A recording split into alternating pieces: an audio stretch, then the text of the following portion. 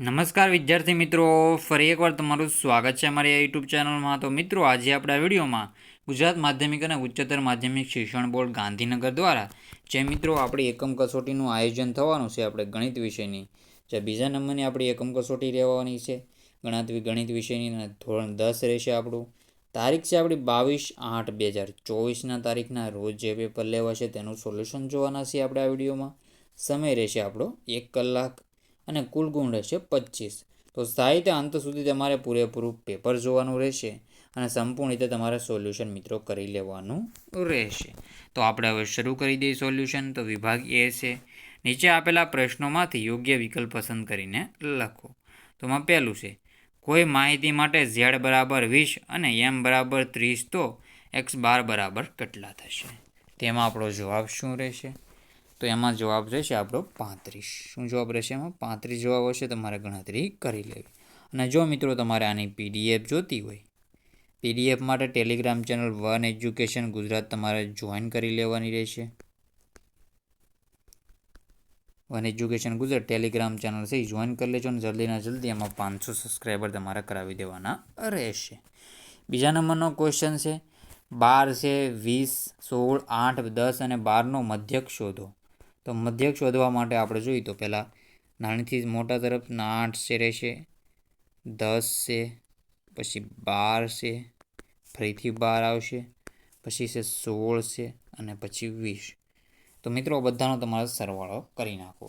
અને કેટલા પરિણામ છે? 6 છે. તો આપણે અહીંયા 18, 18 ને 12 30, 30 ને 42 અને 58, 58 78 થશે. 78 ને 6 પરિણામ તો 78 ભાગ્યા 6 કરશો તો તમને જવાબ મળશે 13 જવાબ મળી જશે. તો આન્સર આપણો રહેશે એ ઓપ્શન, 13 જવાબ રહેશે. ત્રીજા નંબરનો ક્વેશ્ચન છે, આપેલા અવલોકનમાં સૌથી વધુ આવતા અવલોકનને ખાલી જગ્યા કહે છે. એને બહુલક કહે છે. શું કહેવાય છે ને? બહુલક કહેવાય. એને કહેવાય છે બહુલક. જેમ કે આવી રીતે 2 હોય, 3 હોય, 4 હોય, 2 હોય, 5 હોય, 2 હોય ને 6. તો સૌથી વધારે રિપીટ થતું આ 2 છે, તો 2ને આપણે બહુલક કહેવાય છે. શું કહેવાય છે? બહુલક આપણે કહી શકીએ. પછી આપણે આગળના ક્વેશ્ચન જોઈ લઈએ. હવે ચોથા નંબરનો ક્વેશ્ચન છે, જ્યારે 10 અવલોકનનો સરવાળો 325 હોય ત્યારે તેનો મધ્યક ખાલી જગ્યા થાય છે. ત્યારે એને મધ્યક થશે મિત્રો 32.5 થાય. કેવી રીતે? 325ને 10 વડે ભાંગી નાખશો તો જવાબ મળશે તમને. અહીંયા શૂન્ય મૂકી દેવાનું રહેશે તો આવી રીતે રહેશે. પછી 325ને આપણે તો 100 વડે ભાંગવા હોત તો જવાબ આવે 3.25. તો આવી રીતે આન્સર રહેશે. પછી છે 5મા નંબરનો ક્વેશ્ચન, યામ ભૂમિતિ નીચેના પૈકી કયા ક્ષેત્રોમાં વપરાય છે? તો યામ ભૂમિતિ છે એ ભૌતિકશાસ્ત્રમાં વપરાય છે, નૌકાશાસ્ત્રમાં પણ વપરાય છે ને ઇજનેરીમાં પણ વપરાય છે. તો જવાબ આવશે આપણો આપેલ તમામ. શું જવાબ આવશે?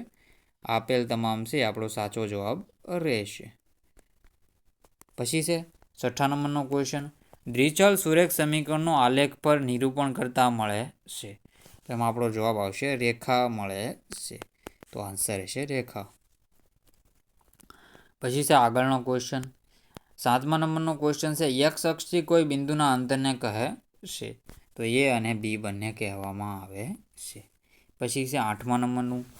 તો 8મા નંબરમાં છે આપણે જોઈએ તો 0, 1, 2 અને 2, 0, 1 અને 2 અને 2 હોય તેવા ચોરસનું ક્ષેત્રફળ મિત્રો 0 થશે. કેટલું થશે? 0 થશે. પછી છે વિભાગ બી છે, નીચે આપેલા પ્રશ્નોના માગ્યા મુજબ ઉત્તર લખો. નીચે આપેલ બિંદુઓની જોડ વચ્ચેના અંતર શોધો. તેમાં પહેલું છે 2 અને 3 અને 4 અને 1.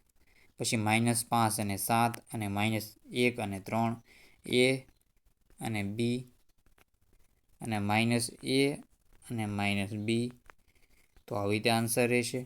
તો આપણે જોઈએ તો આ જોઈ લો સાહિત્ય. ધારો કે એ 2 અને 3 અને બી 4 અને 1 આપેલ બિંદુઓ છે. તો માટે એ બી બરાબર કેટલા? 2 - 4. તો આનો આન્સર સાહિત્ય મિત્રો જોઈ લો. તો પોઝ કરીને તમારે સાહિત્ય વાંચી લેવાનું રહેશે.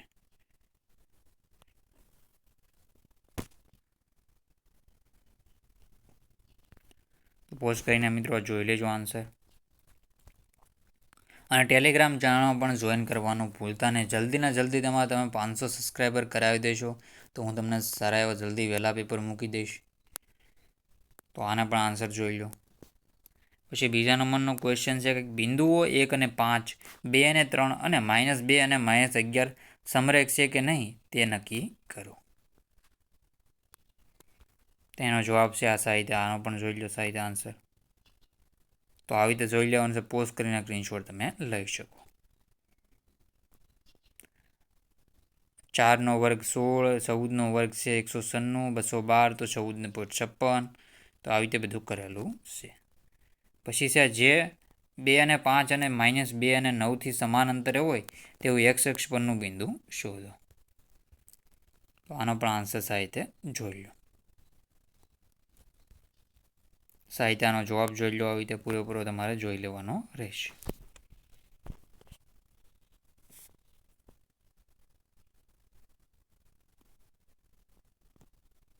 આગળના ક્વેશ્ચન જોઈ લઈએ હવે. તો બધા જ ક્વેશ્ચન હું ધીરે ધીરે સ્ક્રોલ કરું છું. સાહિત્ય તમારે જવાબ જોઈ લેવાનો રહેશે.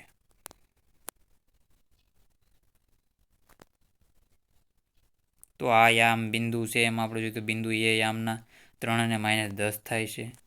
5મા નંબર છે સમબાજુ ચતુષ્કોણના ક્રમિક શિરોબિંદુઓ 3 અને 0, 4 અને 5, -1 અને 4 અને -2 અને -1 હોય તો તેનું ક્ષેત્રફળ શોધો. નો આન્સર છે આવી રીતે રહેશે.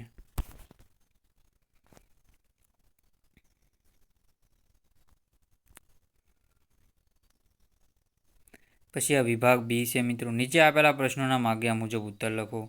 એક ફેક્ટરીમાં 50 કારીગરોના દૈનિક વેતનના નીચે આપેલા વિતરણનો વિચાર કરો. તો આ પણ સાહિત્ય જોઈ લેવું. દૈનિક વેતન છે એ 500થી કેટલું છે 500થી 520. તો આવી રીતે આન્સર જોઈ લેવાનો. પોઝ કરીને તમે વાંચી લેજો. સૂત્ર મૂકી દેવું. પછી આ નીચે 25 પરિવારનો ખોરાકનો દૈનિક ઘરગથ્થુ ખર્ચ છે. તો આ પણ આન્સર સાહિત્ય જોઈ લો.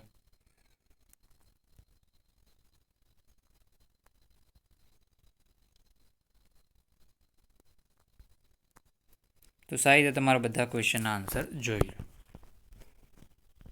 સૂત્ર મૂકીને આમાં જવાબ આવશે આપણો 211. આંકડાશાસ્ત્રમાંથી આ પ્રકરણમાંથી લેવામાં આવેલ છે.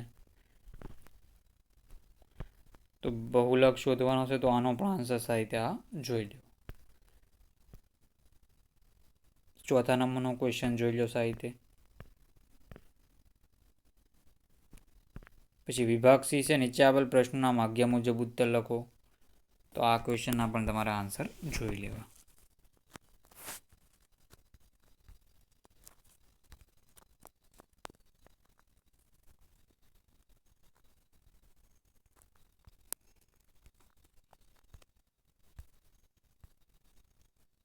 તો આ પણ સાહિત્ય મિત્રો તમે જોઈ લેજો.